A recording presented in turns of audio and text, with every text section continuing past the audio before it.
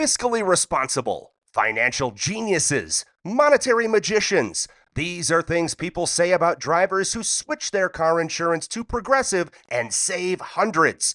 Because Progressive offers discounts for paying in full, owning a home, and more. Plus, you can count on their great customer service to help when you need it, so your dollar goes a long way. Visit Progressive.com to see if you could save on car insurance. Progressive Casualty Insurance Company and Affiliates. Potential savings will vary. Not available in all states or situations. Not sure how to tackle your taxes? Are you sweating the small print?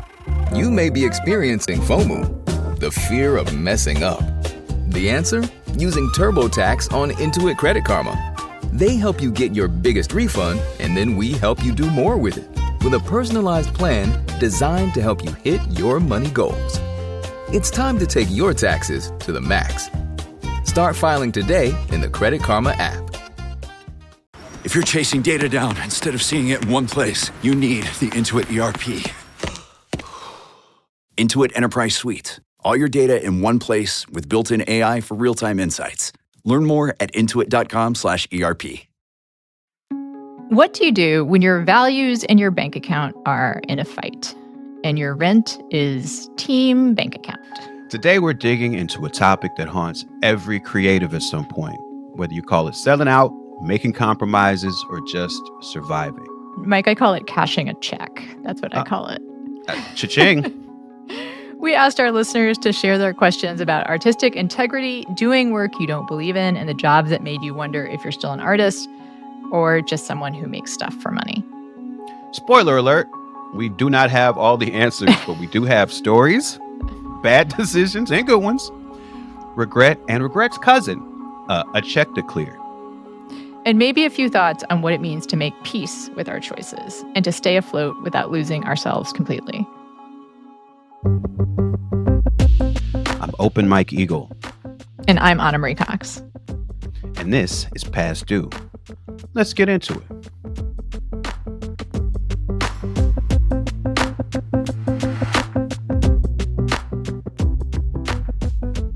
So Adam Conover was on the show. And he was a wonderful guest.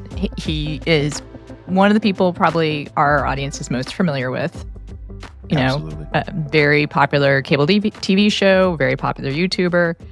And we recorded the episode, and then a few weeks later, the week we dropped the episode, he was in a media firestorm and backlash for a couple of appearances that he made. I can't pretend like I followed the story too closely.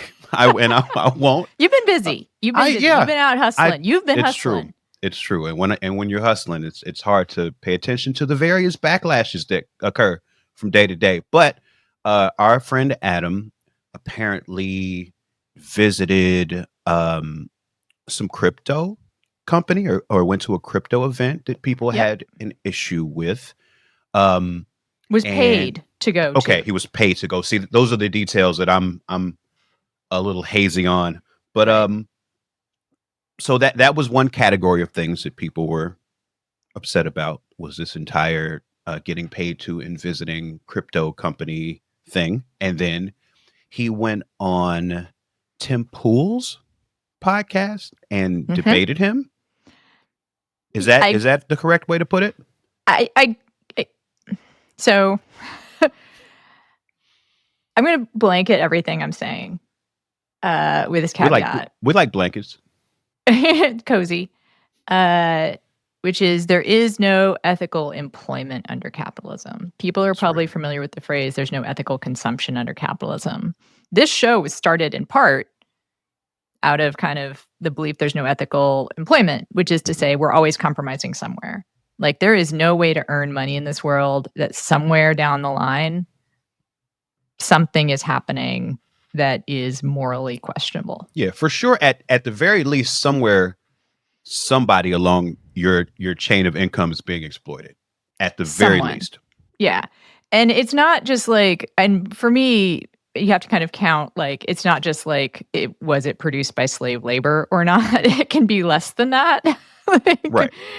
It can be the resources that are wasted. It can be a non-union company. It can be small, but like it's stuff that sometimes it adds up and it's important, but that purity is an expensive commodity. Mm. To try and live like a morally pure life means either you have enough money to make those kinds of choices. Like organic food is more expensive than non-organic food, right? Right. Like union made stuff is more expensive than non-union made stuff. Made in America is more expensive. All of those things. And then there's like, if you can't feed yourself, you can't protest. Exactly. You know? Exactly. And we talk a lot about how different your perspective changes when you are low on resources. And we typically focus on the financial resources, but it makes these choices a little more difficult. Like you said, it's a lot easier to make choices just based on your moral framework when you've got room to maneuver and you've got room to breathe. Sometimes you get offered opportunities that you wouldn't normally consider because things are a little tight. You consider things you wouldn't normally consider Mhm. because of where you are. Even an opportunity that may be offered to you when you're doing well, and you'd be like, "Oh, of course not. I'm not going to do that ad, for instance," which I put a pin in that. That is for Adam. Like, we don't know how he's doing really, right? Like, Right. he seems to be doing fine, but we've all been through so much uncertainty. Like, I don't want to write off, like, oh, look, he's employing people. Like, what does he need that extra, 10,000 for? But Who knows? I think that's an important point too, because when we were talking to him, he was saying that it does take a lot of people to Yes. help him do what he's doing. So even if he's generating a lot of revenue, he's obviously splitting this money up a bunch of ways. So if he gets opportunities that maybe uh, are more directly to him, that could mean it could be a substantial amount of money for him personally, given that his personal brand, he has to split that money a lot of ways. And also, like that, whatever amount of money he got from the crypto folks, like could go to paying health insurance for he can hire actually a full time person. Like, as he was saying, right Right. now he has contractors, right? But he wants to eventually hire full time people. And I'm just giving all that context because we can never know, Right. right? Like, we can only talk about the choices that we would make. And we can also choose to be transparent, which I think Adam has tried to lean more into. But financial transparency is very vulnerable. And I And understand not I, wanting to do that. because I don't necessarily know what you accomplished by that Yeah. because it's okay.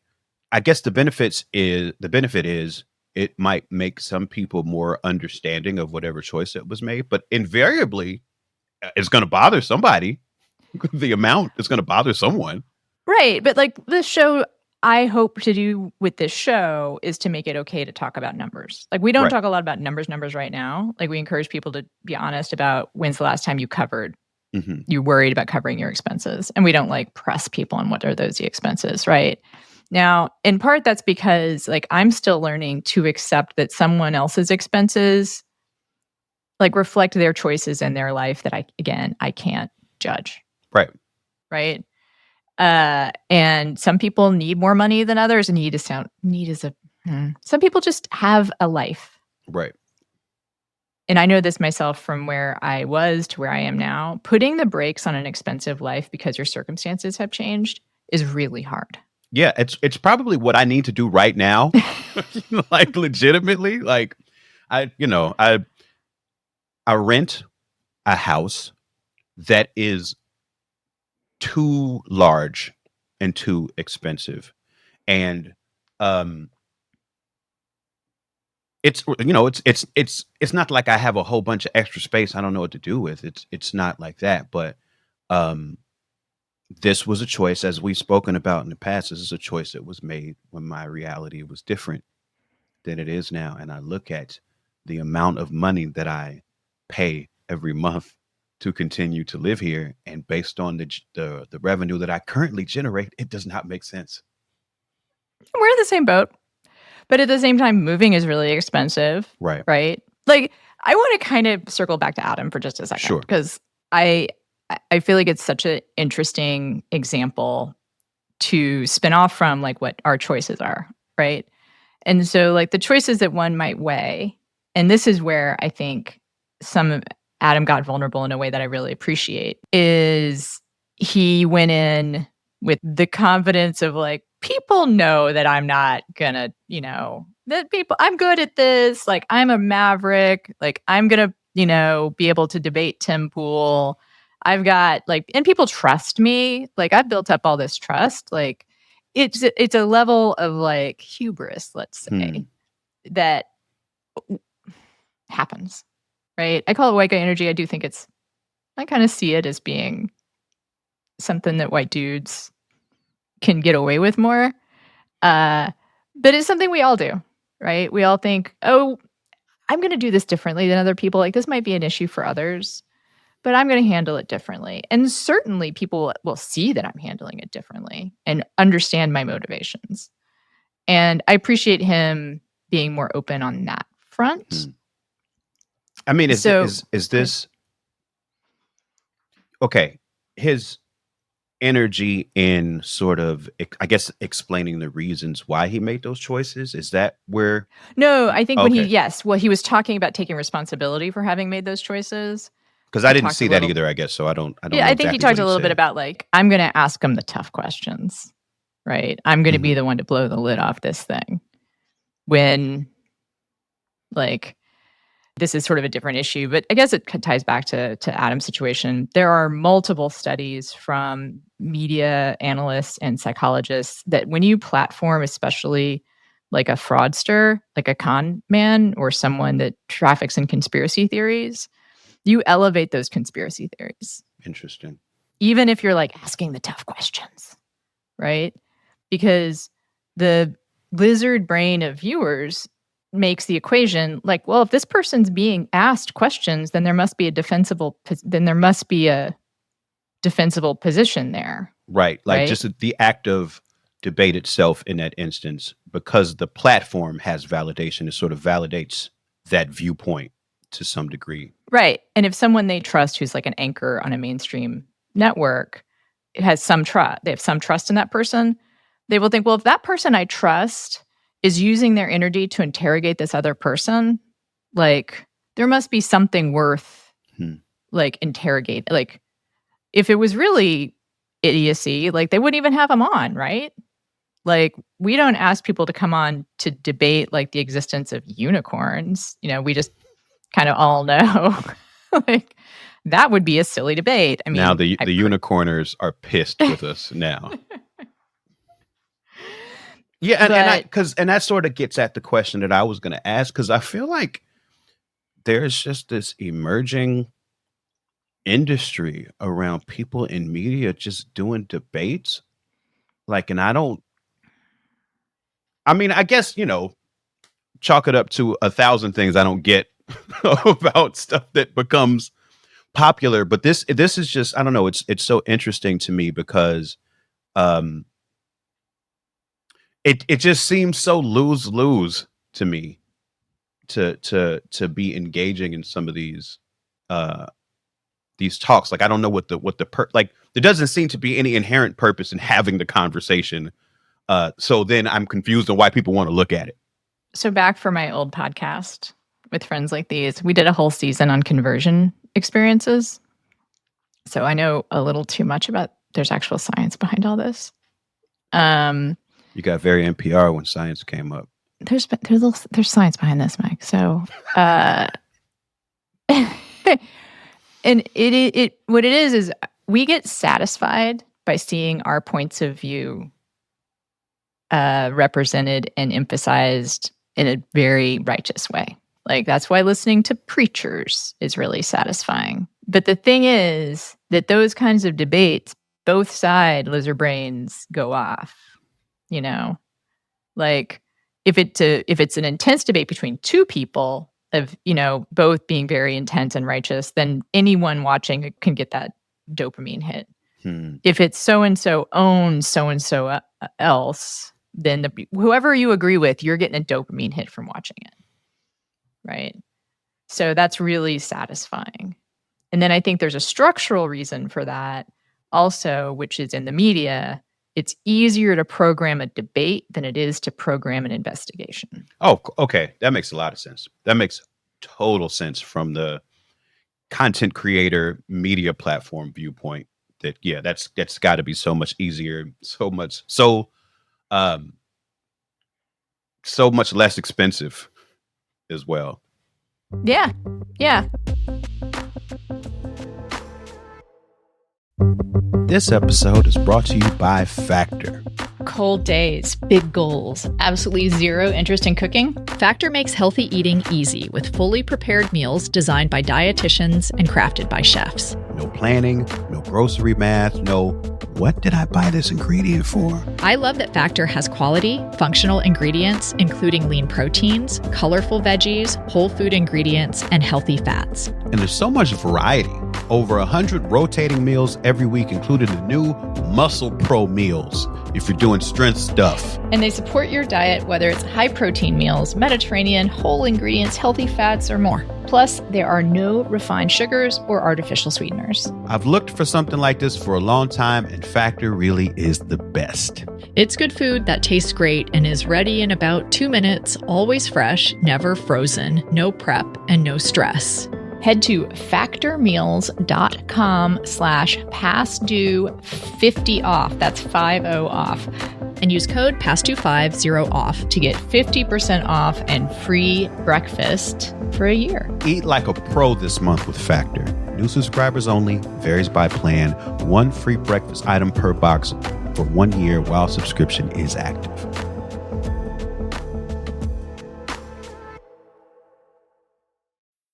Whether it's a movie night or just midday, Skinny Pop is a salty snack that keeps on giving.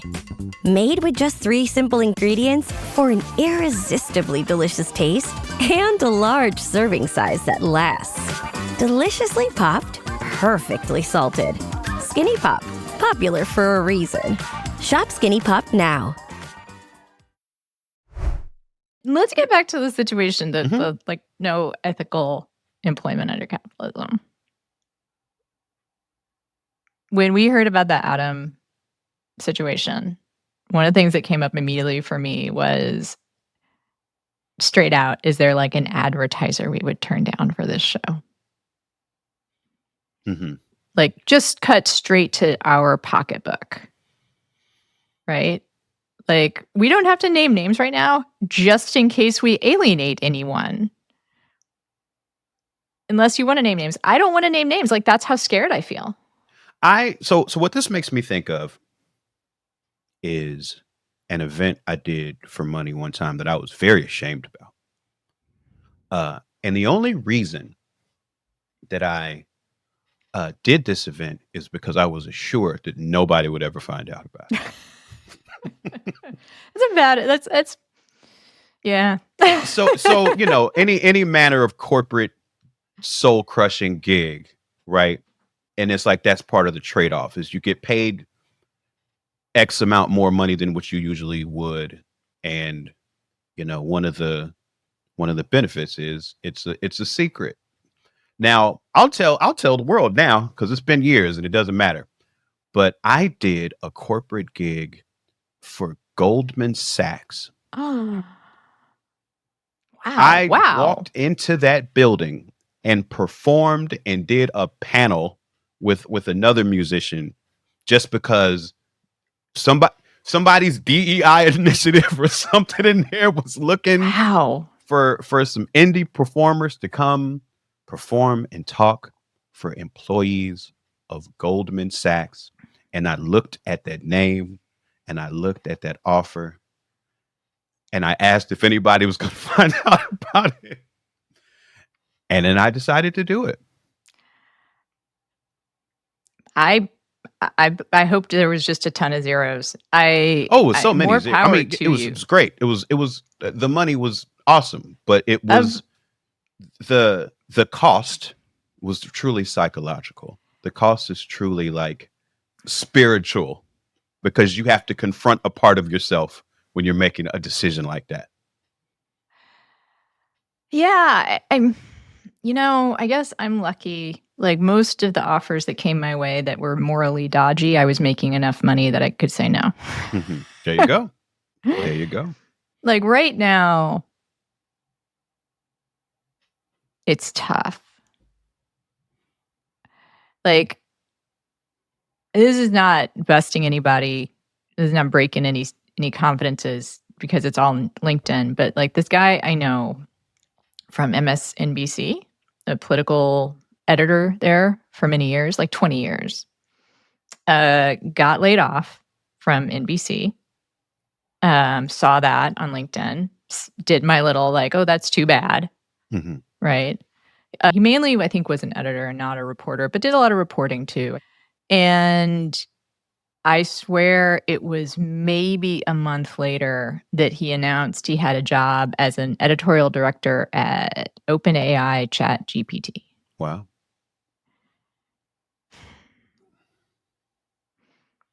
I bet there are a lot of zeros on that page. Oh, so many.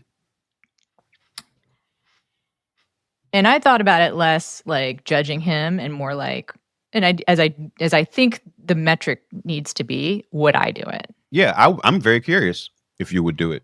God, they could probably make me an offer at this point where I am right now. Honestly, like if I could construct a narrative in my head, if they could they would have to sell me on something a little bit. I like to think they couldn't just put all the zeros down. But again, moral purity is a real luxury, and I don't have a lot of space. I could create space.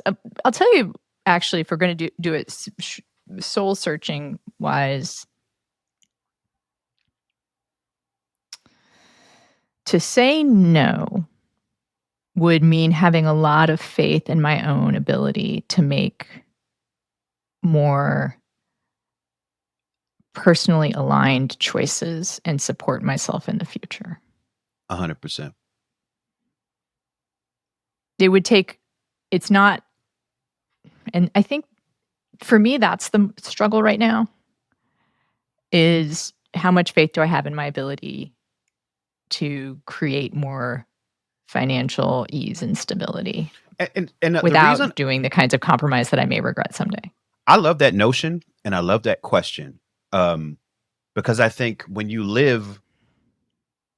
make a living as a creator, right, so much of your success, so much of your revenue generated is about that belief, right? Like you end up pushing past whatever imposter syndromes, and you end up living in the confidence of your skills at doing the thing to take advantage of any opportunity that comes your way. So like that's one part of it, right?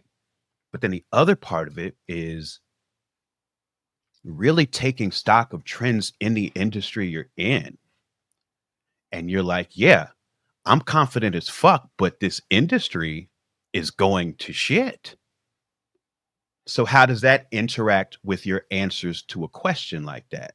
Like I really think that affects, because it makes it where at the end of the day, it's not necessarily just about the confidence.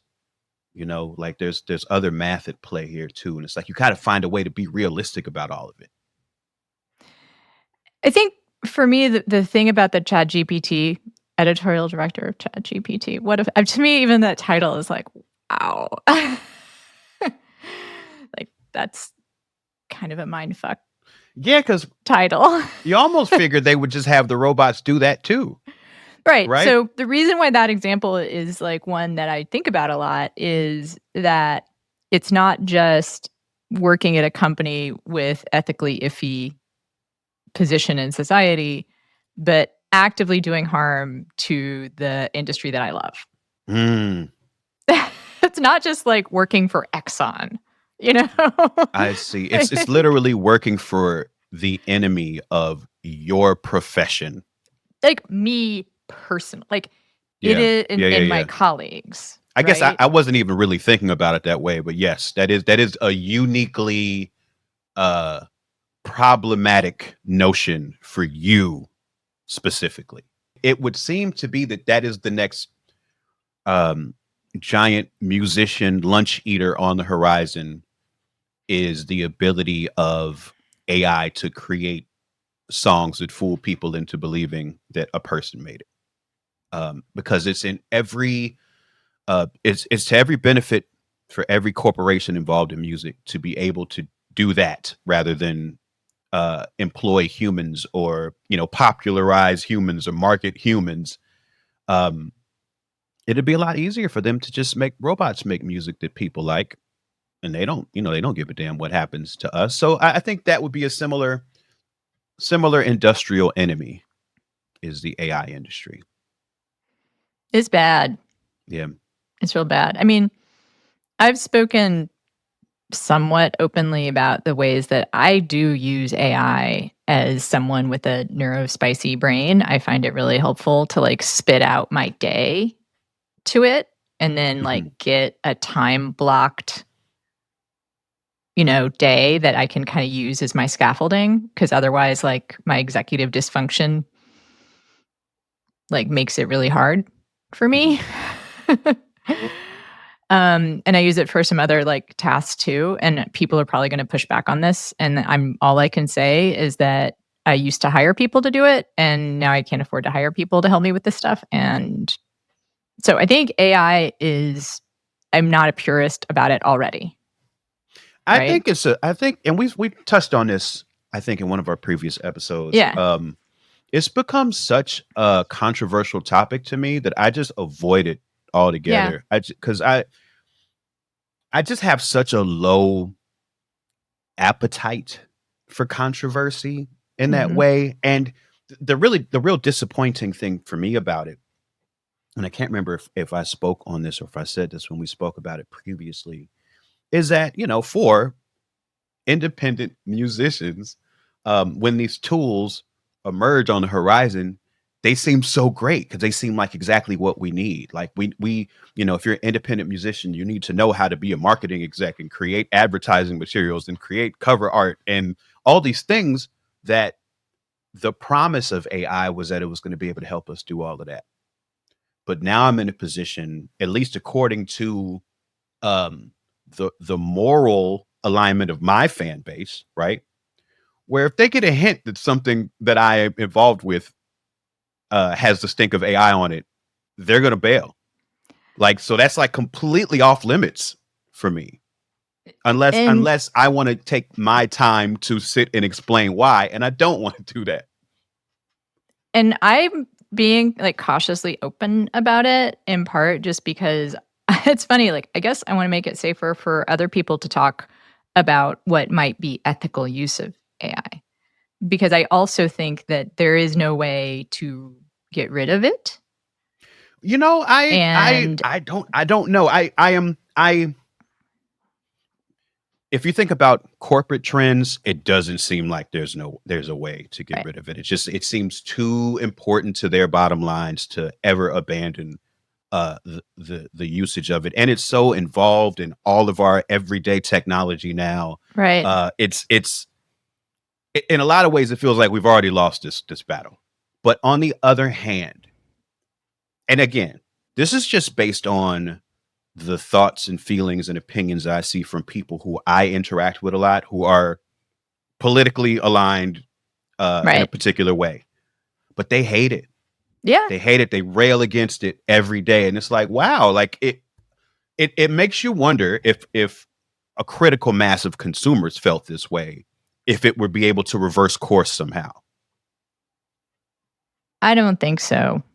And I also think that a lot of the people who are incredibly vehement about it being just an evil force are not considering the fact that it is a tool, right? And it does allow like it's just such like a term that covers so much, Yes. right? So a lot of people don't realize. They're probably already using AI, number Yes, one. they are probably already using it. Yes. Number two, it is doing things in the science realm that are making incredible strides that could not be done by humans.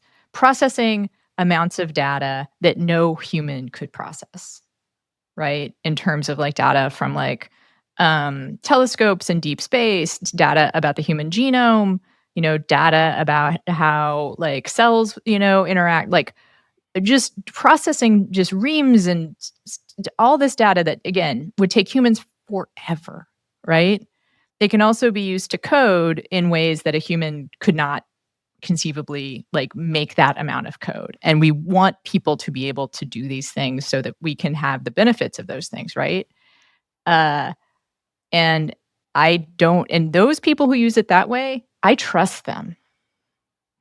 I mean, but I a lot. trust a scientist who's like, I need this to go through, this genome to help me find a cure for cancer. But Like, but some of the pushback even to the, the uses that could help us as a species, there's still pushback about the climate costs of a lot of it too. Like you get into the power usage and the water usage and all of that, and it starts to be like, oh, like how important is this particular use of it given what the cost might be? I agree. And I think it's also important to spell out a bunch of other stuff that people don't think about having a huge environmental cost. Airplane flight, enormous environmental cost. If we flew less, and people think of flying an airplane without a second thought. Like I have a friend in Minneapolis who's just sworn like he's just never going to take another airplane again. So he misses a lot. He's a climate scientist. And he's like, not everyone can make this choice. I've decided with the advent of Zoom and whatnot, I'm never going to another international conference unless I can drive to it. And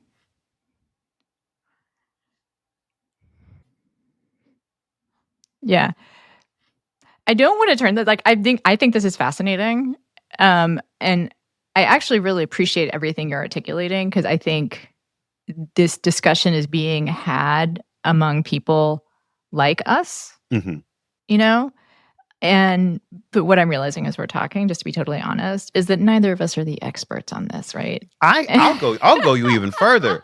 I mostly kind of don't care. Like I don't say that in that I don't care about the negative repercussions of anything. It's more like just to make it real plain. It's just literally too controversial and I just have no stomach for like for how much people care about it. I can't deal with it. I just can't deal with it. All right, so I've been boring you this entire time. Is that what you think I'm saying? Is that because I'd like to know how you did that math if that's where you landed. I want to get back to like how this does kind of tie back. I mean, this ties back into the idea of artistic integrity really strongly, of course. First thing is it's good to just before we get too much further in just like the actual argument about like what does it cost and whatnot. I mean, yeah, like maybe sometimes the right decision is you have a finite resource of attention in your life, right? And it is a cost-efficient thing for you to do, it sounds like, for you to be like, I'm just going to piece out of that entire debate and not use AI to the degree that I cannot use AI, and y'all do you. Right? Yeah, I think that's a good summary of my position. And it's sort of not, that doesn't necessarily line up with my ideal self, but in terms of resource management, yeah, that's pretty much what. And and this gets us back to like kind of like the individual decisions and how moral purity is costly, right? Because even doing like the educate yourself before you talk about it kind of stuff like to participate in a debate takes up resources. Absolutely. And we can't always do that. And sometimes, yeah, like the decision that makes the most sense for someone is to be like, you know what, I am just not going to be exclude me from this narrative. I'm going to be over here dealing with the other shit I got to do. Right. And I cannot force I don't know. I think a lot of what I'm saying, by the way, just comes back to a shift that I've had to make in my life from pre-sobriety to post-sobriety and recovery, which is I need to only make the decisions that are right for me. 100%. And it is so tempting to judge. Judging is fun. I'm not going to say that I never judge, but over and over and over, it actually lightens my mental load and gives me more resources if I just focus on what is the right decision for me. And I cannot, guy that worked for ChatGPT, can't know his story. Don't know his story. That sort of outlines where I'm at even on the Adam thing. Yeah. Okay, there's stuff that I would care if I heard a person did for sure. Oh yeah. Right? Crime, harm, Sure. there's I have a line, right? But the opportunities that he takes for money or exposure, when those seem to be largely aligned with who he has presented himself as, I have a hard time really being concerned about it personally. I don't know if those things don't rise to the level of I'm gonna spill any ink about it, I mean, here's where we're different. I mean, I kind of make a living on having opinions. Sure. Yeah. And yes. I still try to make room for grace, and I try to contextualize more than judge, and to offer my way through things and to spell out, for instance, with the Adam thing and with any of the debate me bullshit, which I do think is I say bullshit because of the stuff because I got paid to do it, I was able to spend all this time looking into the neuroscience of how we make decisions, right? And the science of credibility and the science of what it takes to change someone's mind. And so I can tell you to interview Dr. Oz on your prominent cable news TV show is you, no matter how good an interviewer you are not going to make much of a dent in the people who already believe what he's saying.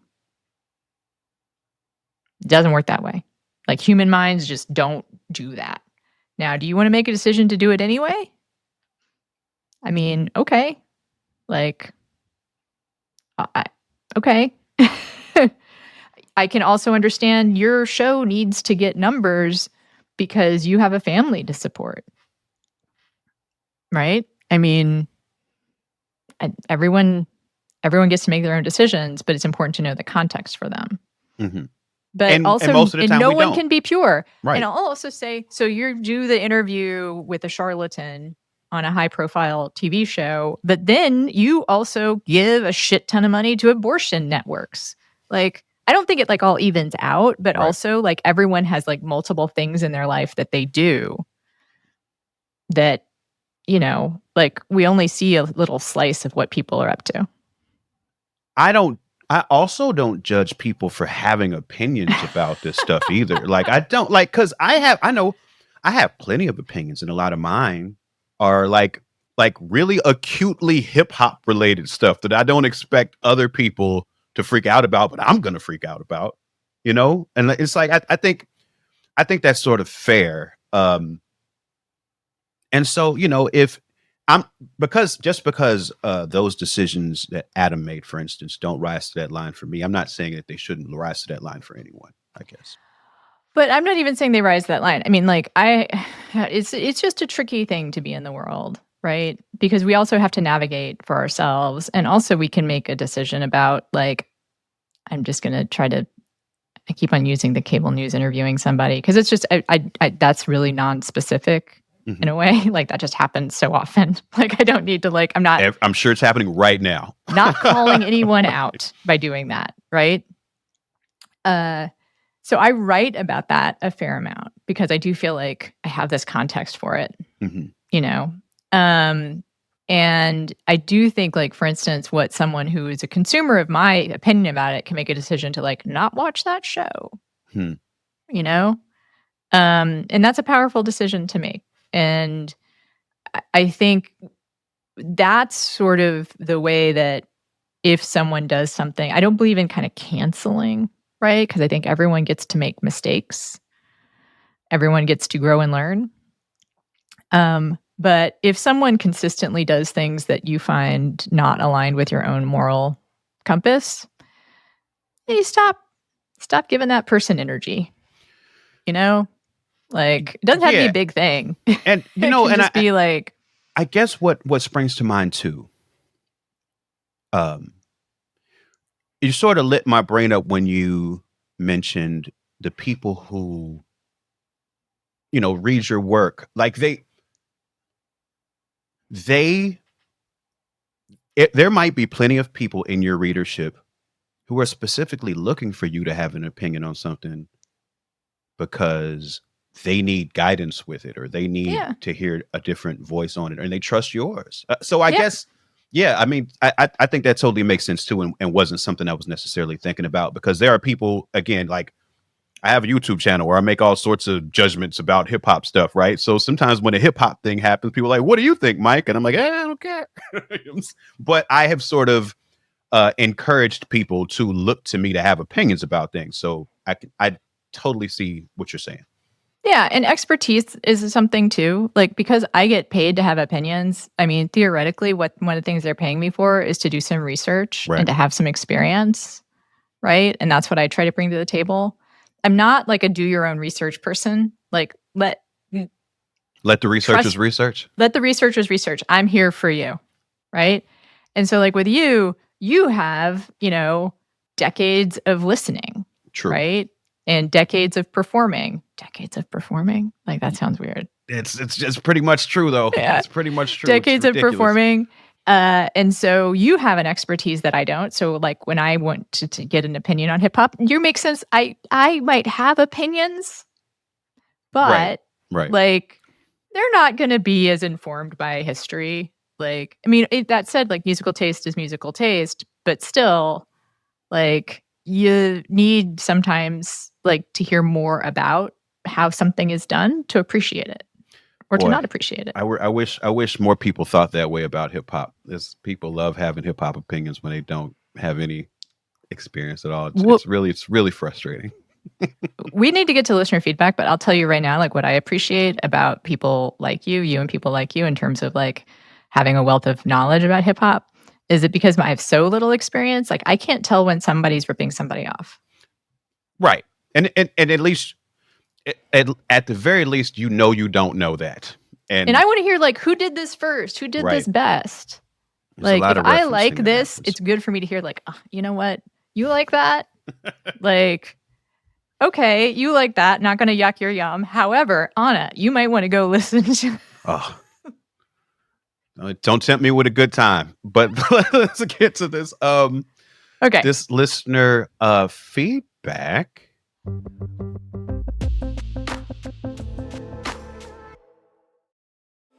Whether you bond over streaming binge-worthy videos, watching sports recaps, video gaming, or by unplugging altogether, the 2026 Lincoln Nautilus Hybrid helps keep you connected throughout your journey. Learn more at Lincoln.com. Available connectivity features and functionality vary by model. Package pricing, trials, and term lengths vary by model. Video streaming and games are only available while parked.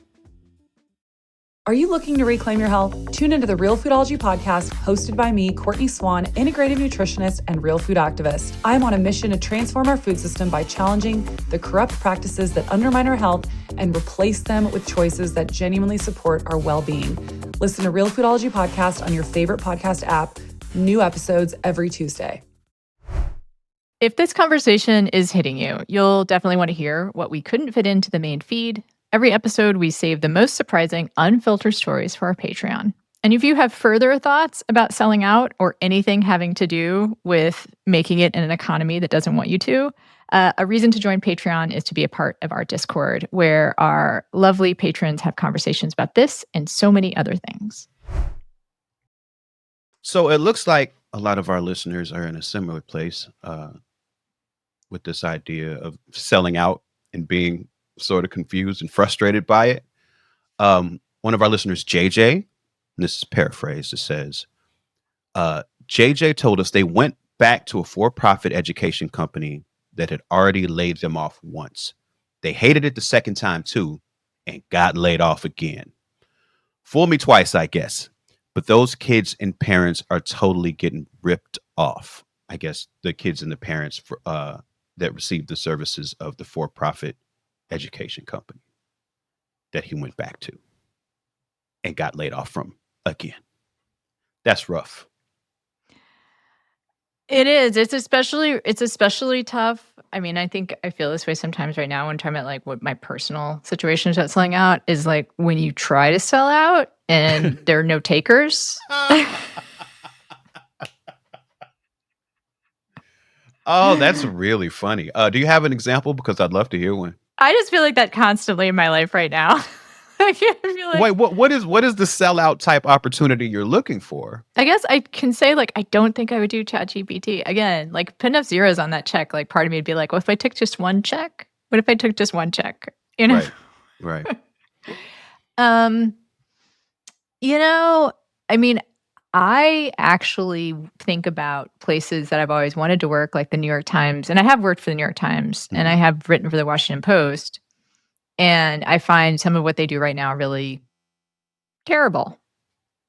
However, and this is something I kind of want to put out there for people who might have strong feelings about those as places, they're behemoths. Like they employ so many people and have such large, staffs. Like it's hard to be like you're bad for taking money from the Times because you take $1,000 from the Times and it's like the Times as an institution blows its nose on $1,000 and throws it away. Like, why does the New York Times do the New York Times? I don't know. Anyway, does I think why does the New York Times get to survive and still be a juggernaut when too big to everything fail. else died? Really? Yeah. Huh. And they have their tentacles in like. They're not just a news organization. They do like conferences and books and podcasts and, there's a point at which they don't become profitable enough for their owners to maybe fail, but they're going to be, it's a long time before we see the end of the Times, unless of course they're taken over by the government or something. So, but let's see. So I don't know, like, and I don't, it's in when I say, like, I try to sell and I can't, like, those aren't the exact institutions that I'm thinking of. I can't even think of who it would be to try and sell out to. An advertiser? I don't know. Like maybe that's probably it. That's probably it.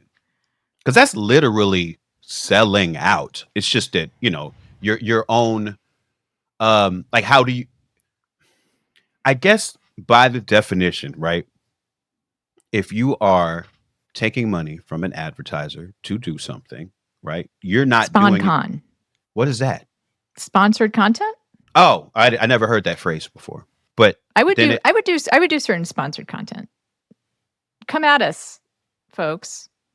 We would do sponsored content for the right, And if it's the wrong fit, we could just make fun of it the whole time and see if that lets us get away with it. Yeah. Okay. So I haven't sought out SponCon, so I can't say that I've been rejected, but part of me is like, shouldn't they just come to me? Aren't I like full of integrity and talent? And so someone should come to me and ask me to sell out. You know what? I always think that about social media followers too, because Anna, you have so many. I figure if you have a lot, then people should be coming to try to pay you to influence your social media following. Yeah, they should. But for now, I'll just say I've been offered, and what I'm going to stick, the story I'm going to stick to is I've been offered, and I've always said no, Mike. That's tons of offers. Just hand over fist, so many zeros, and I have just said no. We admire your ethical fiber to turn down all those offers. We had one more piece of listener feedback to share. This is another paraphrase from. This is from Robert. Robert said, they are anti-capitalist, but work on finance podcasts featuring, quote, this is their quote, demons like Jared Kushner. Ooh. they said they don't book the guests, it's just a job, but just being connected to that world makes them feel gross. Oh, this is such a good comment. Oh my God. I think I know who that is too. Shout out to him for being vulnerable about that. Can't judge. Can't. I mean, it's each individual person's choice, their threshold for being able to resist money. Like I know people who work in television production, and the television industry has never been in a worse place in any of our adulthoods. Yep. And these people face the decision or the temptation to like apply to work for like PragerU or, like some of these right-wing media companies. Oh, I have sold out. I gotta sell out story. There is a news channel called News Nation. Mm-hmm. Are you familiar with it? I am. I watch their UFO content willfully. I don't mind it at all. Yeah. And I go on that network because are they right wing or are they just weird? Yeah, I think they're just supposedly weird. Straight down the middle, Okay. but they're straight down the middle in that way that is not right. Like they're just asking questions about how terrible the Democrats are, and I'm like they're liberal. They're just I'm like, you're the pundit. I have respect for them, and this is my justification: is that they don't treat me like Alan Combs. Right? I don't know who Alan Combs is. Oh God, you're too young. Sean Hannity used to have a liberal. Oh, Hannity and Combs. Oh, yeah. Okay, I remember that. Oh, I remember that. Yeah, they don't treat me like that, and like I do get to say what I think, and also I remind them I am not a Democrat. Like I am a leftist. I am progressive. I vote for Democrats, but like you're not going to hear me defending. Anna, I have a question for you. Yeah. When you go on News Nation, does it feel gross at all? Sometimes. But context for this is one of the reasons I go on is a bunch of alumni from CNN and MSNBC work there. Right. I've seen it. And bookers and producers. Oh, so even the sort of the back end. So I get interesting. One of the reasons I go on is that when I go on, I usually get a nice note or two for somebody saying, thank you for making this job less gross. Wow. Does it pay good? No, it doesn't pay at all. Damn it. What it does is keeps me, as they say, keeps me in the conversation, keeps my TV skills sharp. And also do say to them, like, if you want me regularly, like, let's talk about a deal. And it hasn't happened yet, but like, I would be open to it. And I feel actually pretty good about it, based mainly on the fact that so many people I respect work behind the scenes and I can't judge them.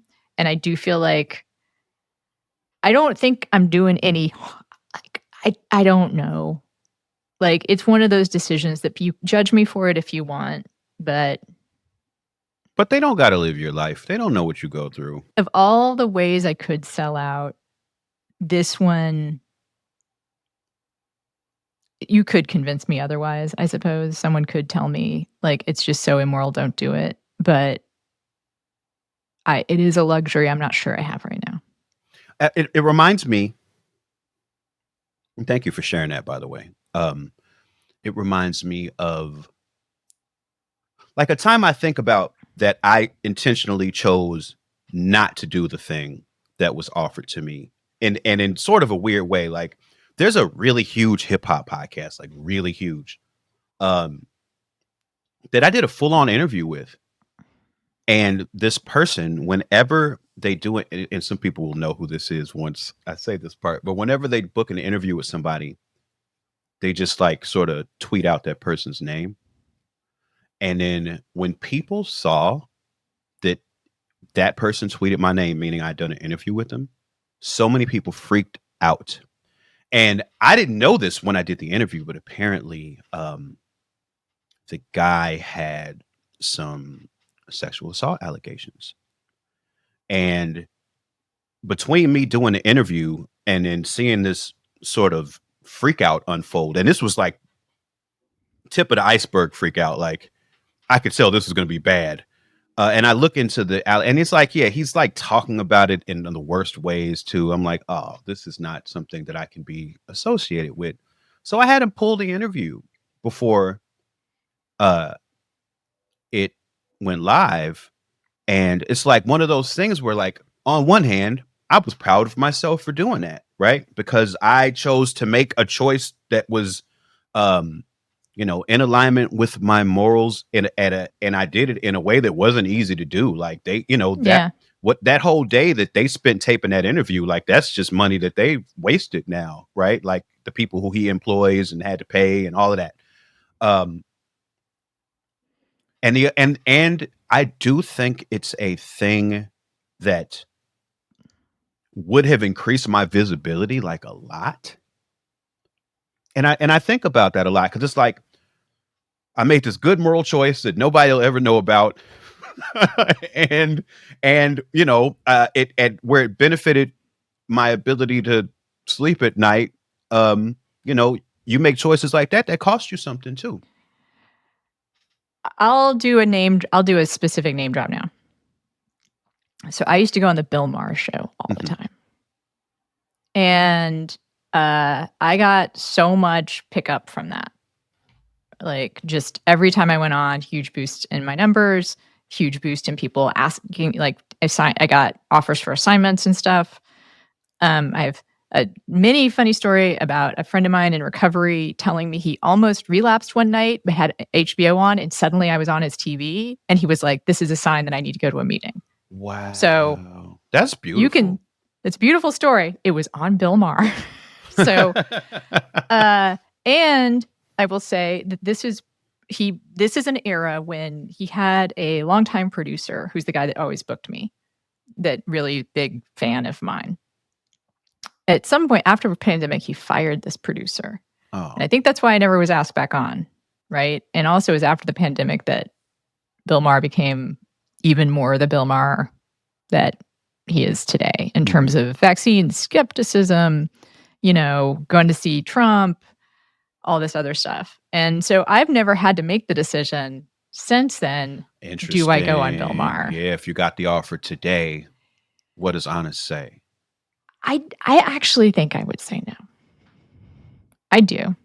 I mean, I'm dropping a marker now if it ever happens again. I will say they put you up at the Beverly Hills L'Hermitage, the Hermitage. It's one of the nicest hotels I've ever stayed in.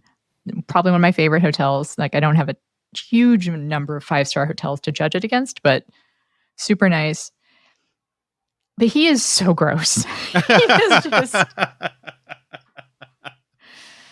He is so gross. And also the fact that the producer that I was, friends with is no longer there says something to me, like, about that show and where it is now. But then people I know and kind of respect do go on that show still. And I don't know. For me, sometimes that's just a data point. You think it tells you something about those people? I think it tells me something. I think it just tells me something. How about that? Interesting. I got you. And if more data comes in, maybe there's a line to be drawn, right? Like, if I see changes in what they have to say, totally.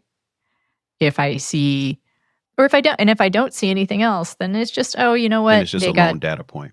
It's just a data point, and it doesn't change. And again, I only can change my behavior, which would mean, like, if someone I know and at this point respect goes on the show and then does other things, then I get a choice to support their career or not. Like, it's just me. I don't know. Like, we have made no concrete guidelines for people, which I guess is the whole point.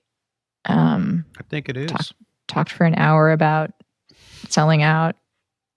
No tips, no guidelines. We're not experts on selling out. God, I wish I was. This show would not exist if you did, I'm sure. We would not be here if you were an expert on selling out. Yeah, that's true. But I'm really glad that it does. And I'll add something, which is, when I look back at every decision that I've made, I need to remember that every decision I ever made got me here. Yep. Which is talking to you about something I care about with a roof over my head, you know, like food in the fridge. It's not bad.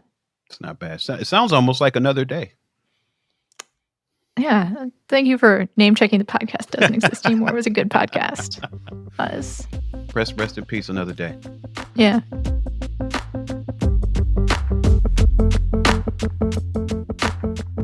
If you've ever taken a job that would make your younger self cringe, but paid your current self dental bill, you're not alone. And if you're still trying to figure out where the line is between survival and selling out, guess what? So are we. We will keep talking about it, we'll keep questioning it, and hopefully we'll keep supporting each other through it. Speaking of support, if you got a story about the gig that almost broke you, or paid your rent with your soul attached, send it our way.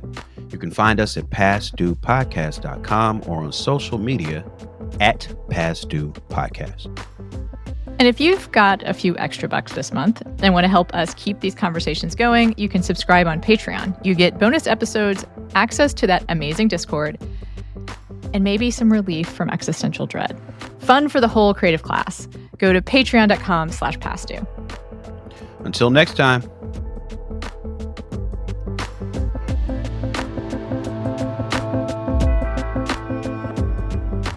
Past Due is hosted by Anna Marie Cox and Open Mike Eagle. It's produced by Andrew Steven. You can find more at pastduepodcast.com. Help support the show by joining our Patreon at patreon.com/pastdue. You'll get bonus content, extended interviews, and more.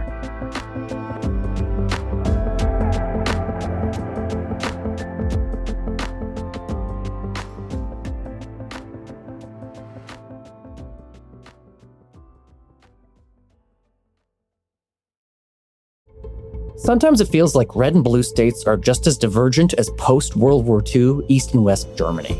So what can the US learn from German political history in order to create a more perfect union?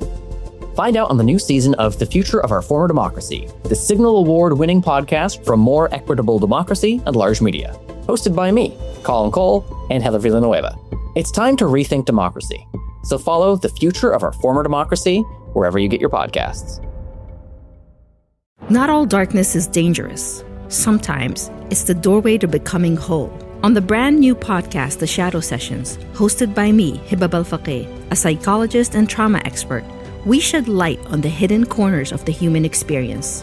Through raw, unfiltered conversations from the edge of healing, The Shadow Sessions invites you to do the deeper work that leads to real change. Follow The Shadow Sessions wherever you're listening now. Hey, Sal. Hank, what's going on? We haven't worked a case in years. I just bought my car at Carvana, and it was so easy. Too easy. Think something's up? You tell me. They got thousands of options. Mm-hmm. Found a great car at a great price. Uh-huh. And it got delivered the next day. It sounds like Carvana just makes it easy to buy your car, Hank. Yeah, you're right.